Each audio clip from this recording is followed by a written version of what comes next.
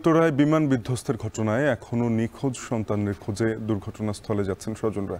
রয়েছে উৎসুক জনতাও। এ নিয়ে আরো খবর জানাতে Diabari milestone school and college থেকে যুক্ত হচ্ছেন ইফতেখার রায়হান। ইফতেখার, জানাবেন, দুর্ঘটনা কবলিত জায়গা থেকে তো বিমানটি সরিয়ে নেওয়া হয়েছে, এখন সেখানে কি অবস্থা? নিখোঁজ শিক্ষার্থীদের সংখ্যা জানা গেছে কিনা বা ধারণা করা যাচ্ছে কিনা?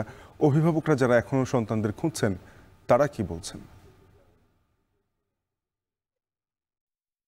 শাফিন, আসলে সকাল থেকে আমরা এই মাইলস্টোন কলেজের যে ভবনটিতে আসলে বিমানটি গতকালকে বিধ্বস্ত হয়েছিল সেই ভবনের আশপাশের এলাকা ঘুরে দেখেছি। এই জায়গাটিতে এখন আসলে উদ্ধার কাজ নেই, কারণ গতকাল থেকেই উদ্ধার কাজের যে সমাপ্তি ঘোষণা করা হয়েছে। তবে এই সকাল থেকে আমরা দেখছিলাম যে যারা শিক্ষার্থী এখন পর্যন্ত যাদেরকে পাওয়া যাচ্ছে না কিংবা যাদের নিখোঁজ রয়েছে, সেই শিক্ষার্থীদের যারা অভিভাবক রয়েছেন, স্বজন রয়েছেন, তারা কিন্তু এই মাইলস্টোন ক্যাম্পাসের ভিড় করছেন। এবং আমরা সকাল থেকে দেখছিলাম যে তাদের যে উৎসুক পাশাপাশি যে উৎসুক মানুষের যে ভিড়, সেটিও কিন্তু রয়েছে। এবং এই পর্যন্ত এখন গতকাল রাত পর্যন্ত আমরা আইএসপি এর সূত্রে যেটি জানতে পেরেছি যে ২০ জনের মৃত্যু সংবাদ পেয়েছিলাম। পরবর্তীতে জানতে পেরেছি যে গতকাল রাতে আরো ৫ জনের মৃত্যু হয়েছে। তো সবকিছু মিলিয়ে এখন পর্যন্ত প্রায় ২৫ জনের মৃত্যুর সংবাদ পাওয়া গেছে এবং ১৭০ জনের মতো, ৭০ থেকে ১৭১ জনের মতো আহত রয়েছে। এবং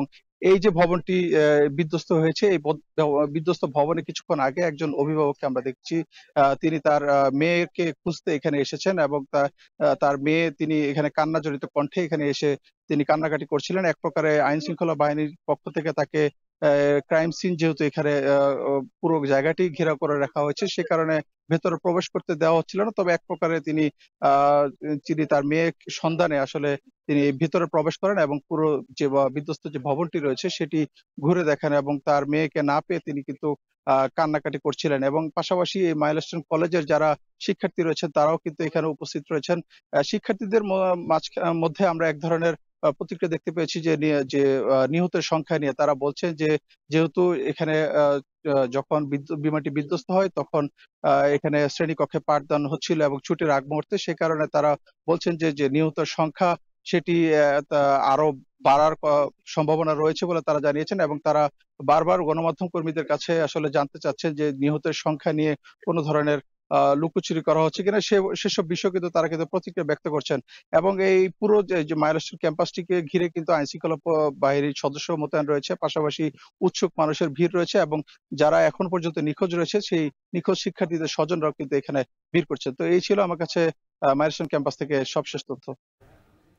মাইলস্টোন কলেজের দুর্ঘটনাস্থল থেকে আমাদের সঙ্গে যুক্ত হয়েছিলেন ইফতেখার রায়হান। আরএফএল